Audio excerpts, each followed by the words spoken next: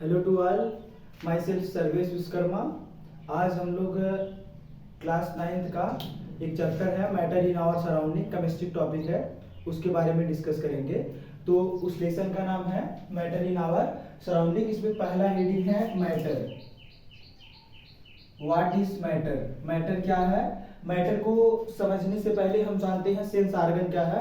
आप lower classes में इसको पढ़ चुके हैं। सेंस ऑर्गन जिससे हम चीजों को सेंस करते हैं in our body, it means human के बॉडी में 5 सेंस ऑर्गन होते हैं। आई, ईयर,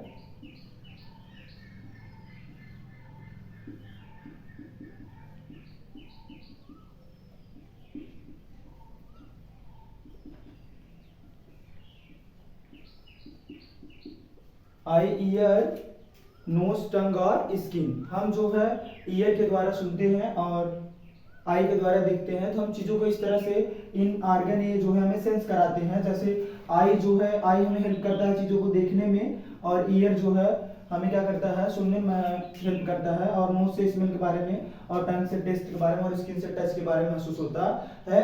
मैं इसमें जो है हम अब पहला टॉपिक डिस्कस करते हैं, मैटर क्या होता है। मैटर उसे कहते हैं, मैटर जो भी चीजें होती हैं उसकी 2 प्रॉपर्टी होती हैं।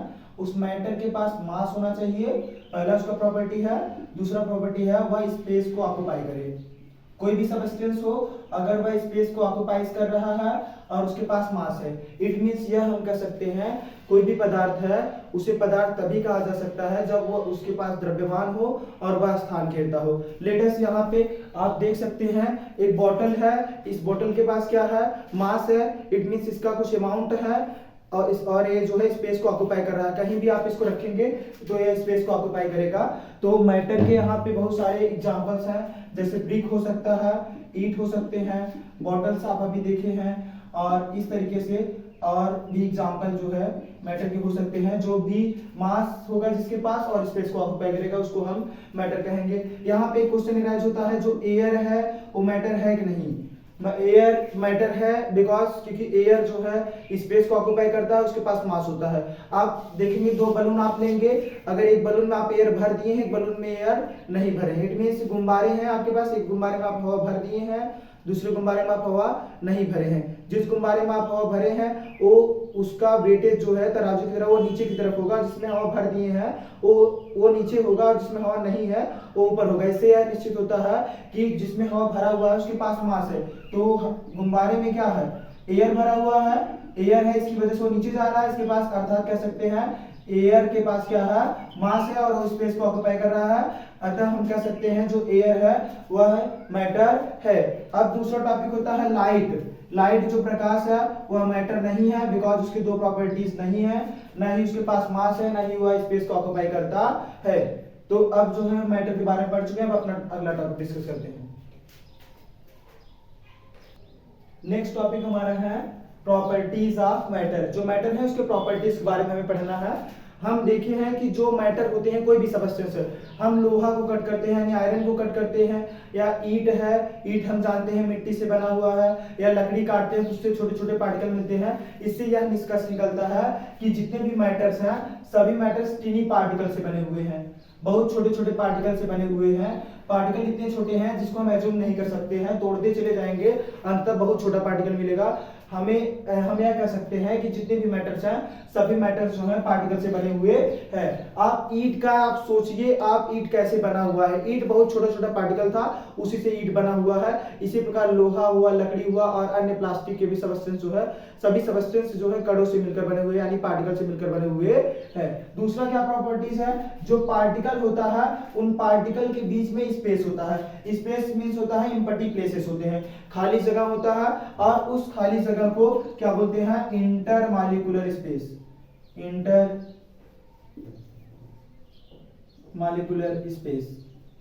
आप इस प्रकार से समझिए, मेरे पास एक ग्लास है, उस ग्लास में पूरा कांच का ग्लास है, आप देख पा रहे हैं, उस कांच के ग्लास में पूरा पानी भरा हुआ है, उसमें हम चीनी मिला रहे हैं। पूरा पानी भरा हुआ है तो चीनी को बाहर गिर जाना चाहिए, क्योंकि पूरा ग्लास भरा हुआ है फिर भी चीनी बाहर नहीं गिर रहा है। इससे यह निष्कर्ष निकल रहा है कि जो पानी है उसमें उसके पार्टिकल के बीच में स्पेस है, उसी में जाके जो है चीनी के कण वहां स्टेबल हो रहे हैं, यानी शुगर के जो पार्टिकल हैं। तो इससे यह निष्कर्ष आप यहाँ पे एक चित्र द्वारा समझ सकते हैं कि जो भी सबस्टेंस है वो पार्टिकल से मिलकर बना हुआ है। जितने भी मैटर्स हैं सब पार्टिकल से मिलकर बने हुए हैं। अब इन पार्टिकल के बीच में यहाँ स्पेस दिखाई दे रहा है। इसी प्रकार जैसे आप गांव में देखते होंगे खूंटा जो गाड़ते हैं, तो खूंटा गाड़ते हैं तो वहां मिट्टी कहाँ चली जाती है, क्योंकि मिट्टी के कड़ों के बीच में स्पेस होता है। तो जहां आप खूंटा गाड़ते हैं वहां की मिट्टी बगल वाले मिट्टी के जो स्पेस होता है वहां पे चली जाती है। अतः हम कह सकते हैं कि जो भी चीजें हैं उनके बीच में खाली स्थान होता है उन पार्टिकल के बीच में। पहली बात तो ये समझना है कि जितने भी मैटर्स हैं सभी मैटर्स पार्टिकल से मिलकर बने हुए हैं, और उन पार्टिकल के बीच में खाली स्थान होता है, उसी खाली स्थान को एम्प्टी स्पेस को इंटरमॉलिक्यूलर स्पेस कहते हैं। यहां तक आपको समझना होगा। आगे आप देखिए अगला टॉपिक क्या है। ये जो पार्टिकल है स्पेस जो है, ये जो पार्टिकल है इनके बीच में एक फोर्स काम करता है, उसे कहते हैं इंटरमॉलिक्यूलर फोर्स। Intermolecular force. आप ठीक ऐसे समझिए, मेरे हाथ में एक प्लेट है, उस प्लेट में पानी भरा हुआ है। ऐसे हम पानी को खींच रहे हैं ताकि पानी दोनों अलग अलग हो जाए, लेकिन पानी अलग नहीं हो रहा, फिर वापस आ जा रहा है, क्योंकि वो जो पार्टिकल है एक दूसरे को बंधे हुए हैं। या कोई चीज है इसको हम तोड़ना चाह रहे हैं, इसके जो पार्टिकल है एक फोर्स द्वारा, एक बल द्वारा जुड़े हुए हैं, इसलिए अलग नहीं हो रहे हैं। अर्थात हम कह सकते हैं कि जो पार्टिकल है वो पार्टिकल आपस में एक फोर्स द्वारा जुड़े हुए हैं। उस फोर्स को हम क्या कहते हैं, इंटरमॉलिक्यूलर फोर्स कहते हैं। जैसे आप समझिए पानी को अलग करना चाह रहे हैं लेकिन पानी अलग नहीं हो रहा। प्लेट में पानी लिए अलग कर रहे हैं, अलग नहीं हो रहे, क्योंकि पार्टिकल एक बल लगाकर, एक फोर्स लगाकर जुड़े हुए हैं, उसे कहते हैं इंटरमॉलिक्यूलर फोर्स। नेक्स्ट प्रॉपर्टी आप समझने का प्रयास करिए कि जो पार्टिकल है वो लगातार मूवमेंट करते हैं। मोमेंट मींस होता है गति करते रहते हैं, क्योंकि उनके पास क्या पाया जाता है, kinetic energy. Kinetic energy it means होता है गतिज ऊर्जा। जो पार्टिकल है वो लगातार मूवमेंट करते रहते हैं, वाइब्रेट करते रहते हैं। जैसे आप समझिए अगरबत्ती आप जो जलाते हैं, मान लीजिए हम यहाँ पर अगरबत्ती जला दिए, लेकिन अगरबत्ती पूरा रूम में जो है क्या करता है, उसका स्मेल आता है। इससे यह जो होता है कि ये जो पार्टिकल है ये इनके अंदर जो गतिज ऊर्जा है उससे वो मूव कर रहे हैं। दूसरा एग्जांपल आप समझ सकते हैं, मेरे पास एक कांच का ग्लास है, उस ग्लास में पूरा पानी भरा हुआ है, मैं एक बूंद उसमें इंक गिरा रहा हूं। इंक आप समझते हैं ना, जो इसमें अभी मार्केट में भरते हैं इंक, उस इंक को हम गिरा रहे हैं तो इंक को वहीं पर रुक जाना चाहिए, लेकिन जो इंक का कण है उसके अंदर गतिज ऊर्जा, इसलिए वो पूरा मूव करेगा। अगर ब्लैक रंग का हम लिए हैं, काले रंग का इंक लिए हैं, पूरा पानी काले रंग का हो जाएगा, क्योंकि कण लगातार क्या कर रहे हैं, गति कर रहे हैं। इस प्रकार आप समझ गए होंगे कि जो पार्टिकल है वो लगातार मूवमेंट करता रहता है। एक बार हम फिर से एक डायग्राम की सहायता से चारों इसके प्रॉपर्टीज को समझते हैं।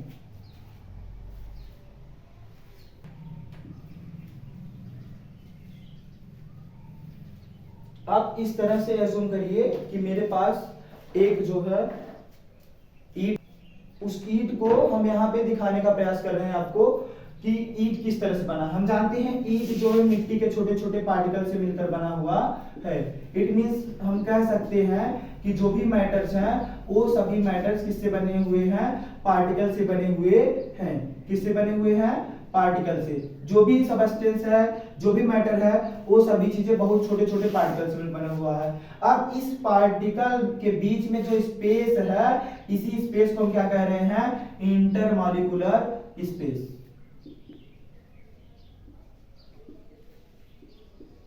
Intermolecular space. और इन ये जो पार्टिकल हैं ये एक दूसरे के बीच क्या लगा रहे हैं, फोर्स लगा रहे हैं। इस फोर्स को हम क्या कह रहे हैं, इंटरमॉलिक्यूलर फोर्स।